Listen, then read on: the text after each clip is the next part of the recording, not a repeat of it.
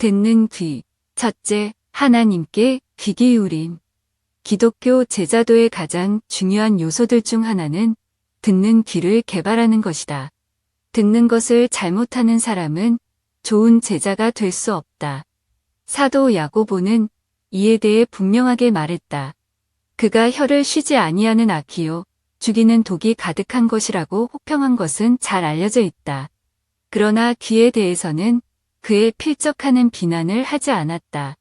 그는 우리에게 너무 많이 말하지 말 것을 역설하고 있지만 듣는 것에 대해서는 그것이 아무리 많다 해도 지나치지 않음을 시사하고 있는 듯하다. 그의 겉면은 다음과 같다. 내 사랑하는 형제들아, 너희가 알거니와 사람마다 듣기는 속히 하고 말하기는 더디하며 성내기도 더디하라. 사람의 성내는 것이 하나님의 의를 이루지 못함이니라. 하나님이 인간의 귀 안에 얼마나 놀라운 기관을 창조하셨는지. 이에 비하면 가장 복잡하고 정교하다고 말하는 컴퓨터도 콘크리트 혼합기만큼 조잡하다. 듣기는 속히 하라는 야고보의 요청에 우리는 주의를 기울이기가 쉽지 않다. 우리들 대부분은 강박감에 사로잡혀 쉬지 않고 말한다. 특히 설교자들은 더욱 그러하다. 우리는 듣기보다는 말하기를, 우리의 무지를 고백하기보다는 자진하여 정보를 설명하기를, 비판받기보다는 비판하기를 더 좋아한다. 그러나 나는 누구이길래 이러한 말을 하는가? 나 자신도 마찬가지로 이 점에서 큰 실수를 범한 사람이다. 25년 전 내가 겪었던 전형적인 경험을 여러분과 함께 나누고자 한다. 그것은 월요일 아침 런던에서 일어난 일이다. 올 소울즈 교회의 직원들은 주간 모임을 위해 모였는데 내가 의장을 맡고 있었다.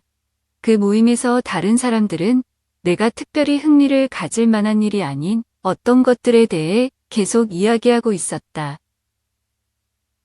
그 모임에서 다른 사람들은 내가 특별히 흥미를 가질 만한 일이 아닌 어떤 것들에 대해 계속 이야기하고 있었다.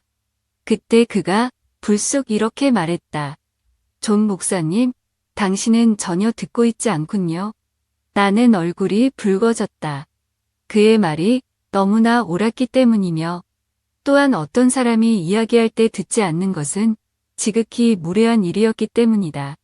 그래서 나는 회개했으며 그 이래로 여러 번에 걸쳐 더 잘 듣는 사람이 되게 해달라고 기도해왔다. 그렇다면 우리는 누구에게 귀를 기울여야 하는가?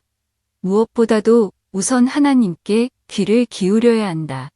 성경에 게시된 하나님에 대한 독특한 진리들 중 하나는 그분이 말씀하시는 하나님이라는 것이다. 죽어있으며 말을 하지 못하는 이방 우상들과는 달리 살아계신 하나님은 말씀하셨으며 계속해서 말씀하고 계신다. 우상들은 입이 있어도 말하지 못하지만 그분은 영이심으로 입이 없으나 말씀하신다. 그리고 하나님이 말씀하심으로 우리는 들어야 한다. 이것은 구약의 주요 세 부분 모두에 계속적으로 나타나는 주제이다. 율법을 보자. 내 하나님 여호와를 사랑하고 그 말씀을 순종하며. 그리고 구약 성경에 있는 지혜 문학을 보자. 너희가 오늘날 그 음성 듣기를 원하노라. 또한 선지서에도 많은 예들이 있다. 예를 들어 이스라엘의 강팍함은 바로 그들이 내 말 듣기를 거절하는 것이었다. 이러한 상황에 내재되어 있는 비극은 바로 하나님이 이스라엘에게 말씀하시고 그들을 부르신 것이 그들을 특별하게 구별된 백성으로 만드는 요소라는 사실이다. 모든 세대의 교회들이 인식해왔던 것처럼 오늘날 하나님이 우리에게 말씀하시는 주된 방법은 성경을 통해 말씀하시는 것이다. 하나님이 성경 저자들을 통해 말씀하시고 그분의 섭리 아래 기록되고 보존되도록 하신 말씀들은 죽어있는 문서가 아니다. 성령님의 특별한 사역 중 하나는 하나님의 말씀이 살았고 운동력이 있어 저우의 날선 어떤 것보다도 예리하도록 만드는 것이다. 그러므로 우리는 하나님의 말씀을 성령과 분리하거나 성령을 하나님의 말씀과 분리시켜서는 안 된다. 하나님의 말씀은 성령의 검이며 그것은 그분이 자기 백성들의 삶 가운데서 자신의 목적을 이루기 위해 사용하시는 주된 무기라는 간단한 이유 때문이다. 우리가 성경을 기록된 본문이며 동시에 살아있는 메시지로 생각할 수 있게 되는 것은 바로 이러한 확신 때문이다. 그래서 예수님은 무엇이라 기록되었느냐? 또한 너희가 읽어본 일이 없느냐? 라고 물으셨으며 한편 바울은 그것을 거의 의인화해서 성경이 무엇을 말하느냐? 라고 물을 수 있었던 것이다. 다시 말해 성경 즉 기록된 하나님의 말씀을 읽거나 들을 수 있는 것이며 성경이 말하는 것은 하나님이 말씀하시는 것이다. 예로부터 내려오는 그분의 말씀을 통해 하나님은 현대 세계를 향해 말씀하신다. 그분은 자신이 말씀하신 것을 통해 지금도 말씀하고 계신다. 그리고 하나님은 우리에게 성경을 통해 성령이 교회들에게 하시는 말씀을 들으라고 명하신다. 구약시대와 마찬가지로 오늘날에도 여전히 존재하는 비극은 사람들이 종종 하나님의 말씀을 듣지 않거나 듣지 못하거나 앞으로도 들으려 하지 않는다는 것이다. 하나님과 우리 사이의 의사소통이 되지 않는 것은 하나님이 죽으셨거나 침묵하고 계시기 때문이 아니라 우리가 듣고 있지 않기 때문이다.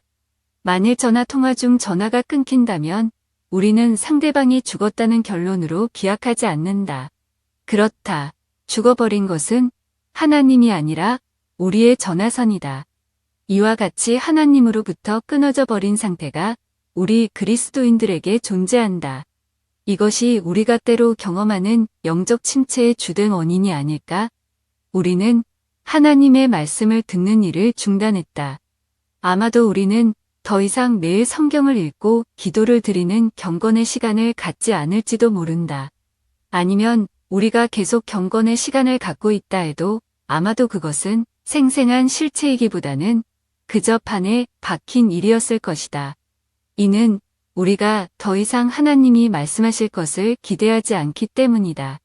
그렇다면 우리는 사무엘과 같은 태도를 갖고 여호와여 말씀하옵소서 주의 종이 듣겠나이다라고 말해야 한다. 우리는 여호와의 종처럼 이렇게 말할 수 있어야 한다. 아침마다 깨우치시되 나의 귀를 깨우치사 학자같이 알아듣게 하시도다. 우리는 주의 발 아래 앉아 그의 말씀을 듣던 베다니의 마리아를 본받아야 한다.